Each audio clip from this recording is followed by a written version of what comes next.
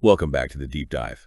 Today we're jumping into the early life of Gheorghe Parascan. That's right. He was quite the dreamer, later an artist and inventor. Exactly. And we're using Trei, the biography by Cartacuzencu and Margoș, as our guide. Our mission really is to see where his passions, his resilience, where did it all start? Let's set the scene then. Baku, 1960s. The book calls it a sad town.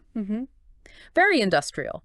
The big player was the Lati paper factory. Huge presence. Founded by Radu Purambara, wasn't it? With its own little ecosystem for the workers. Yeah, housing, amenities.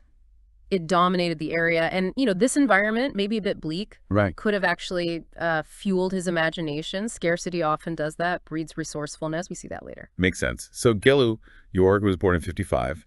His family were migrant workers near the factory. Facing real hardship. His dad had various jobs, all tied to Latea. His mother, she'd fled a tough home situation herself. And they lived right there, in the factory barracks. Baraka Niner too, it says. Yeah, stuck between a hayloft and the factory cemetery. Quite the image. It really is.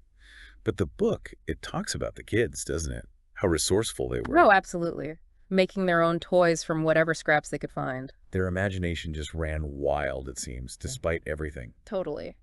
Though sometimes maybe a bit dangerous. Playing with found materials, Oh, yeah, I can imagine. Yeah. But there was this real camaraderie. That contrast, the harsh life and the childhood joy, it's really striking. And he had this important friendship with Yosef. Right, the factory director's son. Quite a difference in background. And Yosef faced prejudice, but Gheorghe stood by him, fiercely loyal. That says a lot about his character, even then. Crossing those social lines early on. Maybe fostered that independent streak. Could be. School, though, was another story. He struggled. Yeah, especially math. Lots of daydreaming, apparently. Good at writing, but hated presenting out loud. There's that story about him running away after getting a bad grade. Yeah. And the reaction when he came back was surprisingly okay. The author's hint it foreshadowed a life of wandering. Interesting take. Maybe just lenient teachers that day. Or perhaps there was something else hinting at that. Restlessness. It's hard to say for sure from just this, but despite the school struggles, he found drawing. An escape, yeah. And a way to express himself. Definitely. He even wanted to be a writer for a bit, using old-fashioned pens like reed and goose feathers. Wow. And it's quite something that he aced the oral exam for Construction High School, which still wasn't admitted. Right. So instead, he ends up in the Latia Professional School, studying electricity. A practical path, but not really his passion, it sounds like. Not at all. But the art thing didn't just disappear. No, because he enrolled in art classes with Professor Burtigak. And you have to remember the time period. Artistic expression was constrained. Yeah, factories, parades, the approved subjects. Exactly. But here's the kicker. Burtigak secretly asked Gheorghe to help restore a church. Whoa. So right there, that tension between the official line and, well, actual art. Absolutely. And beyond the classes, Gheorghe was just reading everything. A real autodidact. He admired people like Van Gogh, Gauguin, Edison, even looked at Einstein's less conventional academic start. Yeah, these self-made figures seemed to resonate, and he had his personal 3 wishes. Knowledge, art, and love. Pretty fundamental drives. It's fascinating. They were so clear to him so early.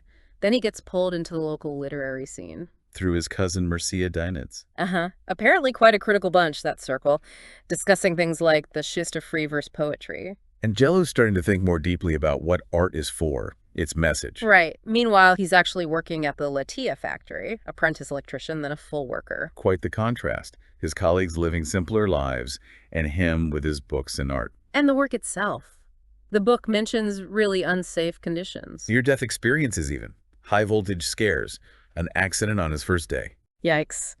But through all this, his reading just intensifies, building his library, sometimes under tough circumstances. That dedication, it's really something. And it leads him towards this idea of, well, independent scientific exploration. Inspired by Edison and others, he wanted to do it his own way. Yeah, outside the standard system. He was aware of this term, alternative science. Which back then often meant, exploring ideas maybe not accepted by the mainstream institutions, not always rigorous, but driven by curiosity. A desire for discovery beyond the usual boundaries. He believed in that unconstrained approach. There's mention of a trip to Constantia, too, an unexpected invitation. Yeah, hinting at a path not taken, perhaps. Sets things up for later, I It suppose. really makes you think, doesn't it? How much those early years, those passions, shape everything that follows, no matter the obstacles. Absolutely. So maybe a thought for you listening, what might your own 3 wishes be? What's driving your journey?